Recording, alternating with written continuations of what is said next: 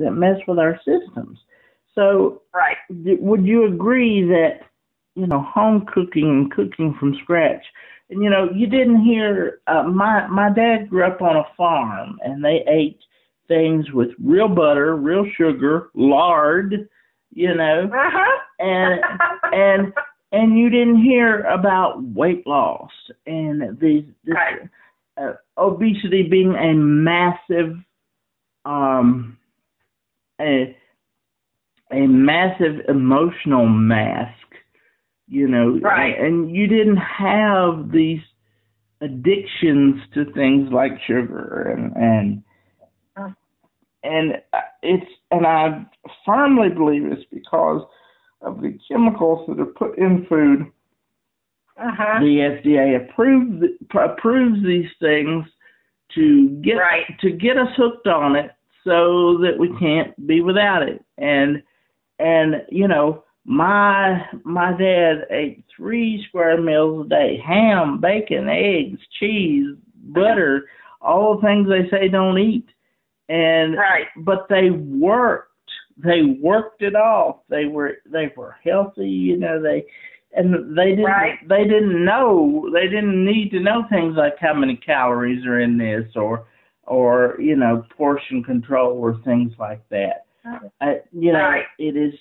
Do you understand what I'm saying? And can you pick up? Absolutely, and that is some of the stuff that we cover in our competencies as we talk about how the government's, the FDA, the CDC, all this stuff. We talk about, the government entities that come in and regulate. They come in and they check and make sure these big factories are, Nabisco, that they're doing everything correctly. Right. But like I tell the kids, we also cover nutrition. Well, if you ever look at how a supermarket set up, you should really go to the outskirts of the supermarket and buy that stuff, the fresh vegetables, and not be so, because the stuff up and down the aisles is going to have a lot of stuff to keep it shelf stable for months, years, and how good is that for you really? Right. And we do cover, we cover stuff like that in class and try to make nutritious pieces. Let's cookies, for example.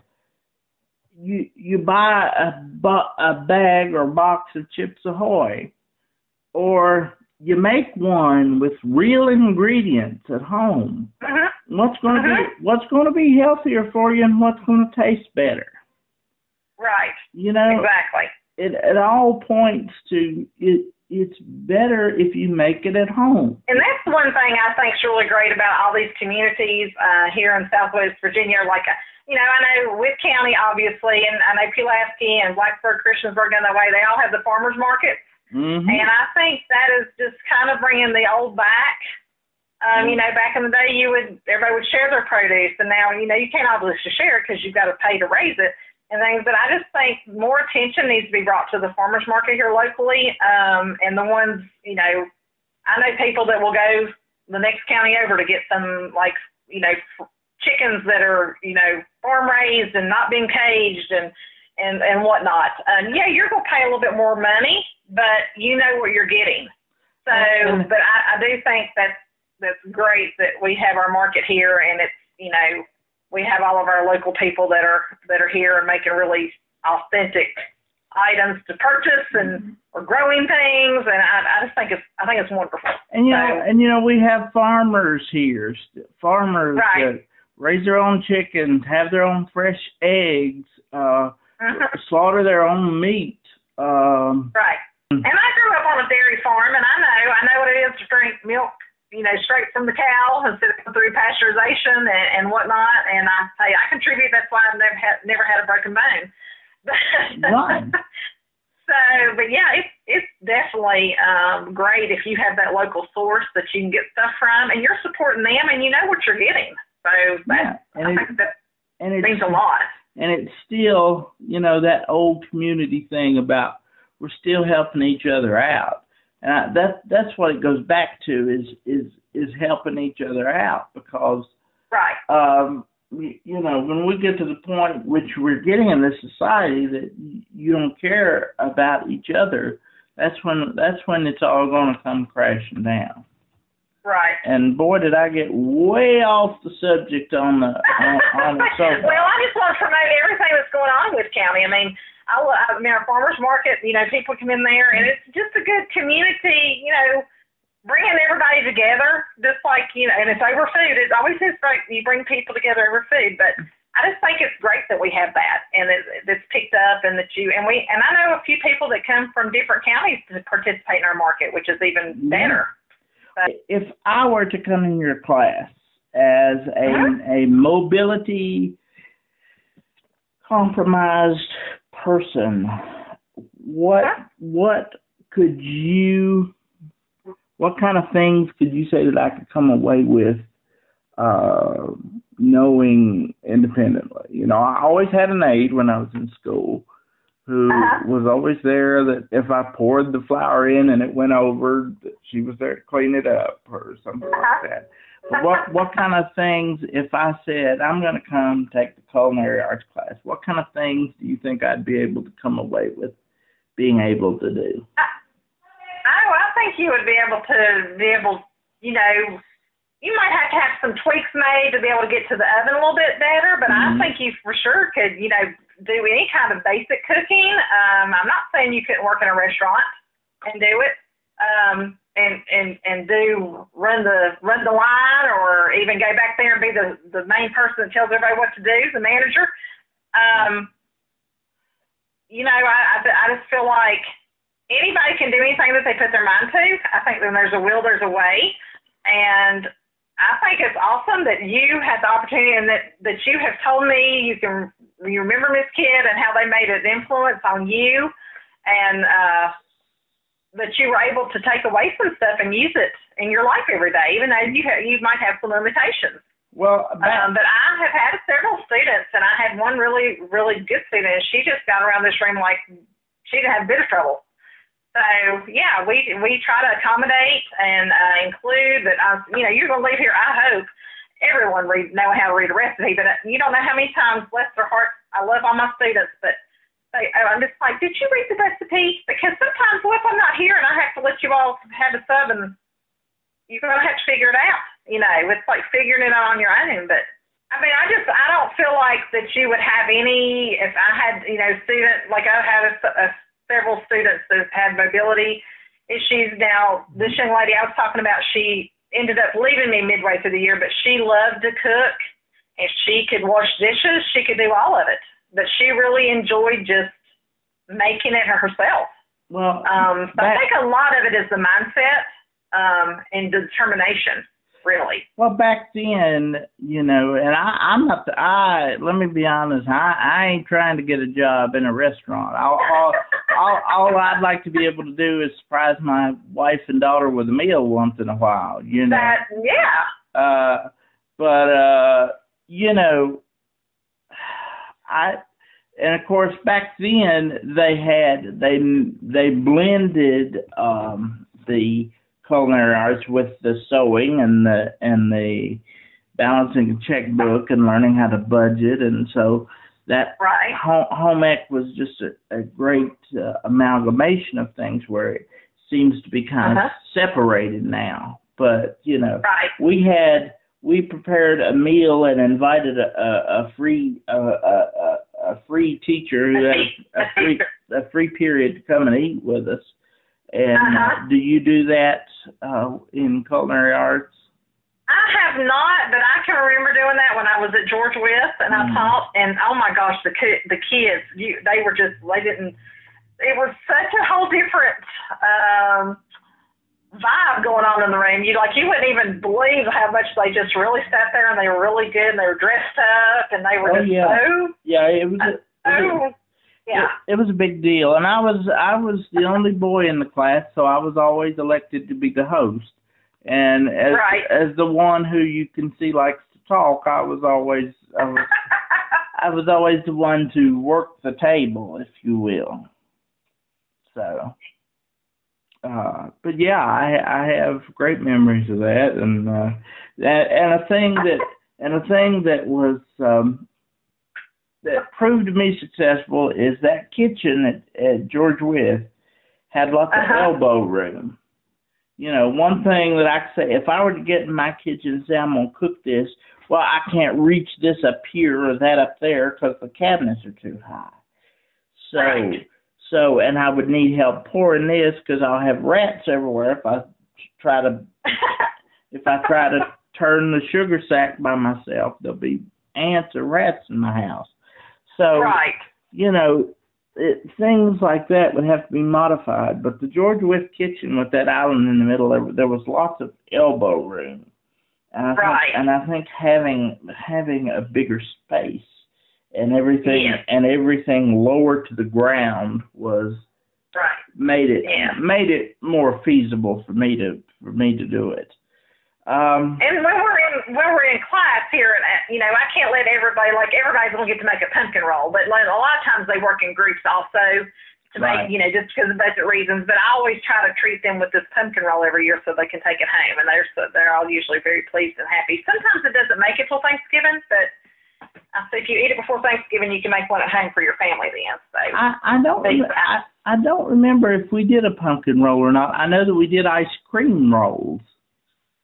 I remember. I remember those, and that it's the same principle of the pumpkin roll. I did a chocolate cake with vanilla ice cream, and I remember Miss Litton saying, it'd be much easier if you did yellow cake with chocolate ice cream because you have to make the chocolate cake. And I said nope. I want to do it this way, and so I did it that way, and it turned out perfectly. I have never forgiven my mother because when I canned tomatoes, my favorite dish at home was her homemade spaghetti. So I said, Mama, I'm canning tomatoes and you're gonna make spaghetti with it. Well, she made spaghetti, but she made it with this sauce that was too spicy and I couldn't eat it. I said, I canned these beautiful tomatoes and you ruined that spaghetti with that hot, spicy stuff, and now I can't eat them. And I've never let her forget that. Isn't it funny how you remember food stories also, you know, forever? Yes. And I think that has something to do with, you know, where we're from. You know. Yes. You know. And my mom is 86 years old, and I'm thinking, okay, she's not, you know, she's around till she's 100. But one thing that she makes that I love that I cannot make like her are her cabbage rolls, and I say that's a Southwest Virginia food or a Southern food, and you know they're wonderful. But and it all comes down to her home canned tomatoes is what makes them taste so good. And it doesn't matter. If how closely you follow the recipe. It doesn't matter if you have the same ingredients, same brand, to the letter, the same way they did it. It will not taste the same.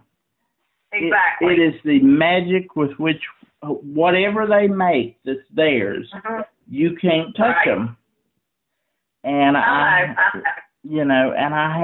had my grandmother was a fabulous cook. I had a great grandmother on my mother's side that lived to be 92. Lived to see her great granddaughter, by the way, which I think is pretty awesome. But Thanksgiving and Christmas, she lived in Austinville, so you know, and you're from that area, so you know what I'm talking about.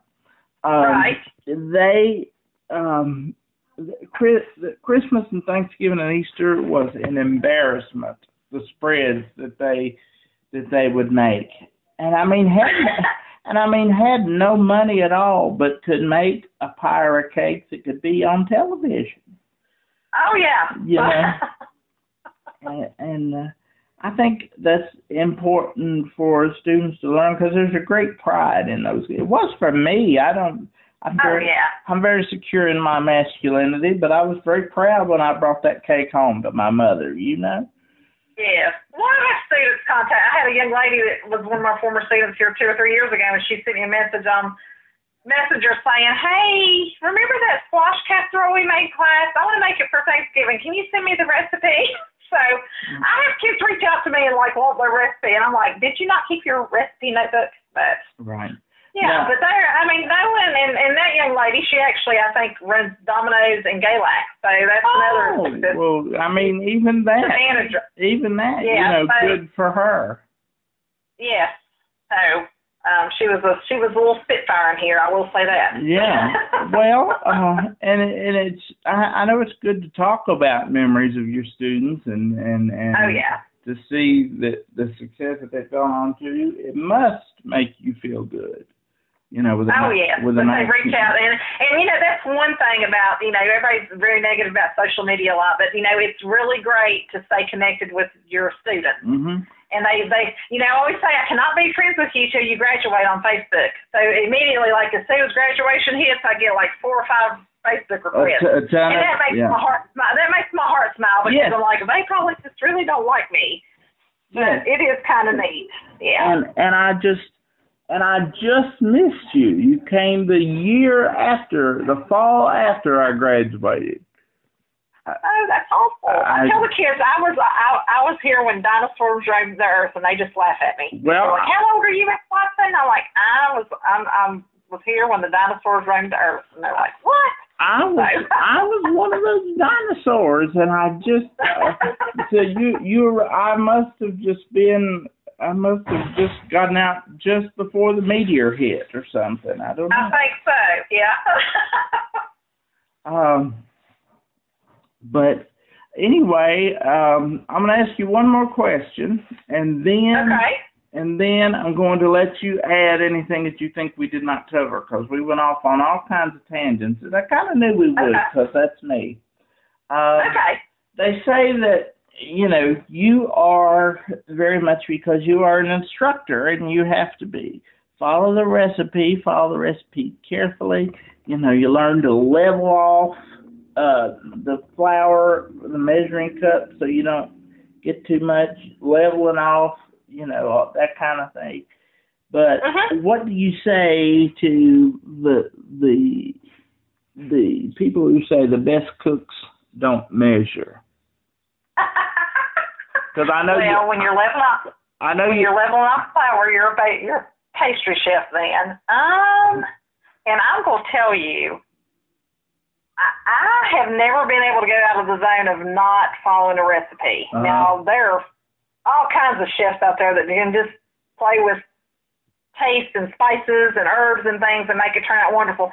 I'm just kind of scared to do that, and I'm like, I don't really have time to do that and mess something up if I'm cooking something for dinner. So, but yeah, I mean, if you're a chef, that's what I tell the kids, if you don't want to read and follow the exact, then you don't want to be a pastry chef. But if you want to be able to be creative and just kind of put your own spin on, I need a little of this, definitely be a chef. You know, that could be your calling. But, you know, baking, you can't just throw it all in a bowl and, you know, sometimes I have kids, they just put it all in the bowl and mix it, and I'm like, did you follow the instructions? And that's not how you bake. So, yeah, I don't know if I answered that correctly for you, some of the best don't measure. You're exactly right. You know, I think of Emerald Lagasse, and he's like, bam, and throwing something in there at the end. Yeah, people who have their own recipes and want to kind of invent their own thing don't have to measure. Right. But if you're trying to follow a specific, make something a specific way, then you need a recipe. Right. And you being a teacher, you have to drive home that recipe. Now, and I would imagine you use the same skills at home as far as cooking that you do in your workplace. Yes, and we, you know, just for instance, you're talking about substituting or something like that. What can you do? You know, we have to teach that. Like, if we don't have something, what can we use in place of it? And we were doing vegetable fritters last week, and they told they did not want to eat them because it was zucchini and carrots. And I'm like, come on, guys. And they actually enjoyed them. I said, but what could you use if you didn't want carrots? You could use all zucchini. You could use yellow squash. You could use, you know, trying to get them to realize, hey, if we're making a vegetable fritter, what kind of vegetables do we like? And we could probably do, you know, a different one instead of the carrot. Potatoes and corn. Yeah. Potatoes and corn. I'm a typical male. Yes. Well, I started out, hey, Zach, asking them, who here in family makes potato cakes out of mashed potatoes? And I had a couple kids raise their hands. Yeah. And that's one of those things, you know, when you have leftover mashed potatoes in this area, they were made into potato cake. I haven't done it myself, but I have had family who has done it and done a great job with it, because I love potato cakes, hash browns. You know, back then nothing went to waste, and that's what you got to kind of teach them in the restaurant industry. You don't want stuff to go to waste at all. I mean, that's they say cash in the trash. You don't want that to happen. Right. I mean, people who, I mean, and so much in restaurants is wasted because they order these big expensive foods and you know, and they take 2 or 3 bites just to be polite, and they throw it in the trash because money's no object to them. And I think that food should be used to feed people who don't have food. Right. You know, and the supplies that are left over, I don't care what kind of state the economy is in, there is money enough to feed everybody in this country. And, exactly. You know, I know that there are people in other countries that need help, but there are people in our own backyards that need help. And, I'm a supporter of the, you know, Hope Ministries, Pay What You Can, Open Door Cafe, and things like that. Those efforts. I'm glad that makes me proud to be from Wythe County that things like that are going. But you just actually, the young lady that runs Open Door, that's the chef. That's one of my former students also. Oh, fantastic! All this. So we could name her. What's her name? Jennifer Crockett. Jennifer Crockett. Well, we can name her because she's in a professional. Kudos to Jennifer for sure. Because I've eaten there and it's good food. You know, it's not. It's just not thrown together stuff. It's quality food. I want kids to, you know, come into the program and enjoy and want to learn to cook and really carry these. If they don't go into this field, just really carry it into using it, you know, through your lifetime. Because like I said, you know, you can spend a lot of money eating out and you can make just as good a food on your own with little effort. If you just plan, it's just planning and you got to be a good multitasker to do this and kind of read ahead. That's why I try to get kids, you know, please read the recipe. What could go ahead and be done today, and then we can start tomorrow? What can we do to prep? And a lot of that is just, you know, what's on the menu, and, you know, we're going to do a meal today. You know, roast a chicken. While the chicken's roasting, we're going to prep asparagus and roast it when it comes time and make a rice pilaf. You know, just making it all come together. Well, or it's all hot at one time and you're serving it. You know, nobody likes to get cold food. Something be cold and something be hot.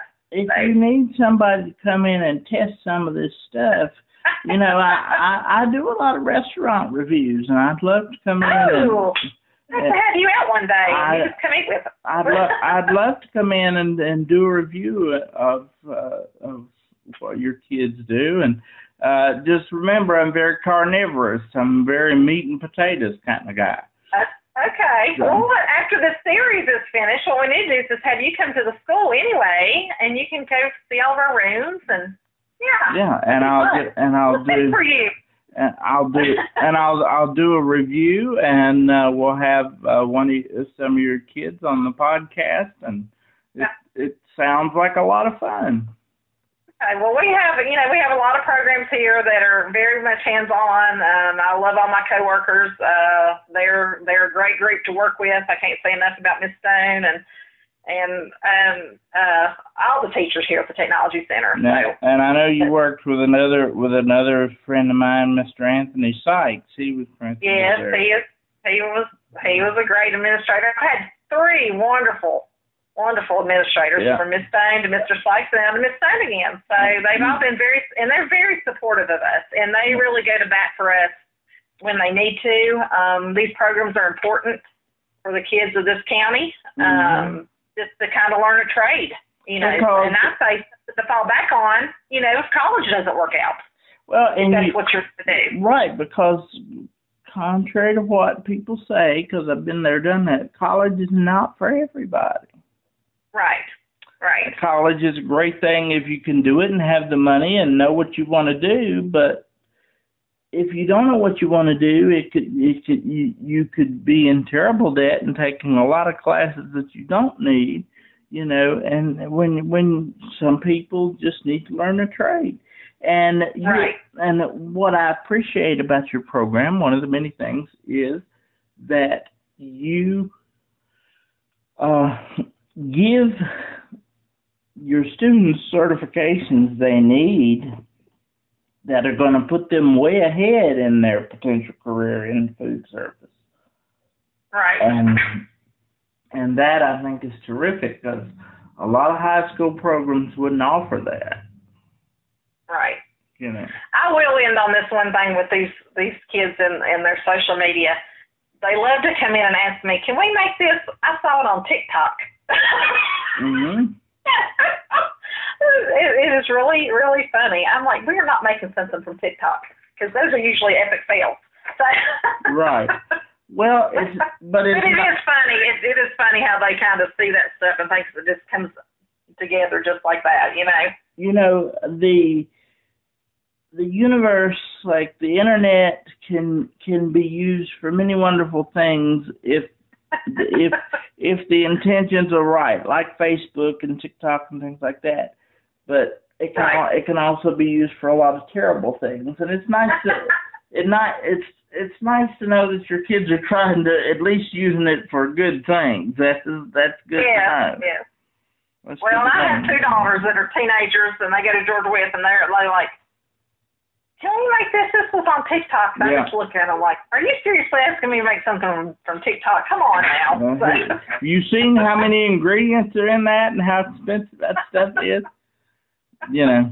But how many students do you have right now? I think that's an important question. Right now I have 24 altogether for both first year and second year. So I will say the pandemic really hurt us the past couple years of being able to do our recruiting like we usually do. And so I have a very small second year class and I have a really big first year class. So it's kind of hard to, it's a little bit calmer in the afternoons. That's why we can do this whole meal this afternoon, because I don't have as many kids. But they'll get to, a lot of it we get more in-depth cooking techniques on meat. Second year, you do the basics the first year, then you kind of do a little bit more with more in-depth type things second year students. So making the rice pilaf and roasting everything to make the plate look pretty. A green vegetable, because you don't want it all to look like a plate of carbs and that type thing. So and they plate their food too. So that's one of the big things at the end. Like whatever you make, you have to plate it. You take a picture, you upload it, and then our ITRT, Michelle Patton, comes in and she's helping us do electronic portfolios. Oh, wonderful. So that's part of the portfolio is taking pictures of their food and plating it, and Yeah, you have to have a variety of color and texture. I remember that. Food groups. Yes. You eat with your eyes first, so it's got to look good.